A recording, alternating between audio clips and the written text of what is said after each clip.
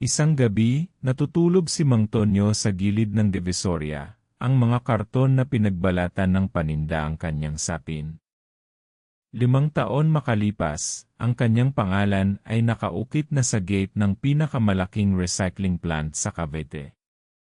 Ang dating pulubi ngayon ay isa ng CA. Hayaan niyong ikwento ko kung paano nagsimula ang lahat. Lumaki ako sa Tondo, Manila. Ang pangalan ko ay Antonio de la Cruz o Tonyo na lang. Bata pa lang ako, alam ko na ang ibig sabihin ng gutom at hirap. Nakatira kami noon sa isang barong-barong na halos 8 pamilya ang nagsisiksikan. Ang tatay ko, isang kargador, at ang nanay ko, nagtitinda ng gulay sa palengke. Palagi kulang ang kita. Madalas, ang handa sa hapagkainan ay tuyo at kanin lang. Naaalala ko pa, sa edad na 7, naglalakad na ako sa mga kalye ng Tondo, dala-dala ang kariton ng aking lolo. Ang trabaho ko, mamulot ng basahan, bote, at lumang dyaryo. Bawat piraso, bawat kilo, may halaga. Iyon ang pampaaral ko, iyon ang pambili ng gamot ng nanay ko. Araw-araw, libo-libong hakbang ang ginagawa ko sa ilalim ng matinding sikat ng araw o malakas na ulan. Ang pangarap ko lang noon ay makabili ng isang buong manok para sa pamilya namin. Isang araw, habang naglalakad ako sa kalsada, may nakita akong isang tumpok ng mga bote ng plastik. Napakalaki, parang bundok. Noon din ay may isang ideya na namuo sa isip ko. At dito nagsimulang magbago ang lahat. Mag-comment ng kung na-inspire ka sa kwentong ito dahil mas gaganda pa ito. Nakita ko ang mga boteng iyon at ang naisip ko, sayang naman ito. Kung marami ako nito, magkano kaya ang kikitain ko? Kaya nakipag-usap ako sa may-ari ng tindahan. CJ, Tonyo. Kunin mo na lahat. Kailangan ko nang linisin ang lugar. Basta malinis mo, okay na. Salamat po, Aling Nena. Maraming salamat po.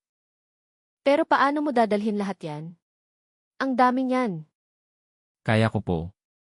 Maghahanap po ako ng tulong. Sigurado ka? Gusto mo, tawagin ko ang anak ko.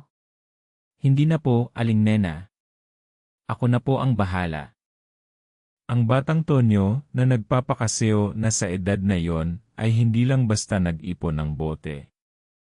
Nagsimula siyang mag-isip ng mas malaki. Ang dating tingi-tingi lang na pamumulot ngayon ay bultuhan na. At magtiwala kayo, kailangan niyong manatili para sa susunod na mangyayari. Dahil dito talagang nagiging hindi kapani-paniwala ang kanyang tabumpay. Simula noon, hindi na lang ako basta namumulot. Naging supplier ako para sa ibang mga namumulot. Kinokolekta ko ang mga basura sa malalaking tindahan at restaurant sa lugar namin. Nakipag-usap ako sa kanila na sa halip na itapon nila, sa akin na lang ibigay. Nagsimula akong mag-ipon ng 500 kada araw. Ang target ko, 500 araw-araw. Naging mantra ko yon. Hindi ako uwi hanggat hindi ko nakukuha ang 500 ko. Minsan, inaabot ako ng hating gabi sa kalsada. Pero determinado ako. Ayokong maranasan pa ng pamilya ko ang hirap na inabot namin. Sa loob ng 5 taon, nakapag-ipon ako ng puhunan. Ang pangarap ko na magkaroon ng sariling lugar para sa mga basura, unti-unting nagkakatotoo. Isang araw, habang naghahanap ako ng pwesto, nakilala ko si Mang Ben, isang may-ari ng maliit na lupa sa Cavite. Tonyo, sigurado ka ba sa gagawin mo? Malaking trabaho ito. Kailangan mo ng maraming tao at makina. Opo, Mang Ben, alam ko po. Pero naniniwala po ako na kaya ko ito. Simulat sa pool, nag-iisa lang ako, pero ngayon, gusto kong tulungan din ang mga kagaya ko na gustong bumangon. May pera ka ba talaga para dito? Hindi madali ang magtayo ng recycling plant. Wala po akong pera noon. Pero ngayon po, mayroon na akong sapat na puhunan para makapagsimula. Ipinangako ko po sa sarili ko na hindi na kami babalik sa kahirapan. Kung ganoon, sige. Tutulungan kita. Nakikita ko ang determinasyon mo. At doon nagsimula ang De La Cruz Recycling Plant. Unti-unti, bumili ako ng mga makina. Nag-hire ako ng mga manggagawa, karamihan sa kanila ay dati ring namumulot ng basura.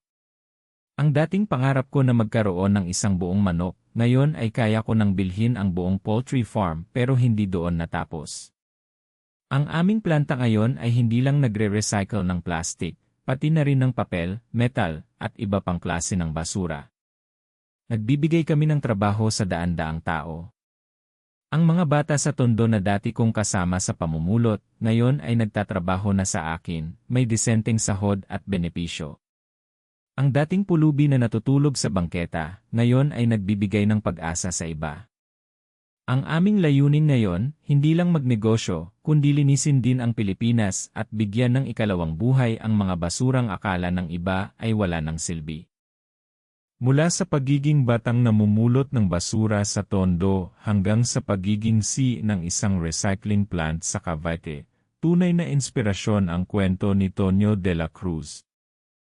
Ang kanyang kwento ay patunay na sa sipag, tiyaga, at pananampalataya, walang imposible. Kaya, anong aral ang natutunan mo sa kwentong ito? Ay comment ang inyong mga saloobin. At kung may sarili kayong kwento ng tagumpay, ibahagi niyo sa comments. Mag-subscribe para sa bagong kwento araw-araw.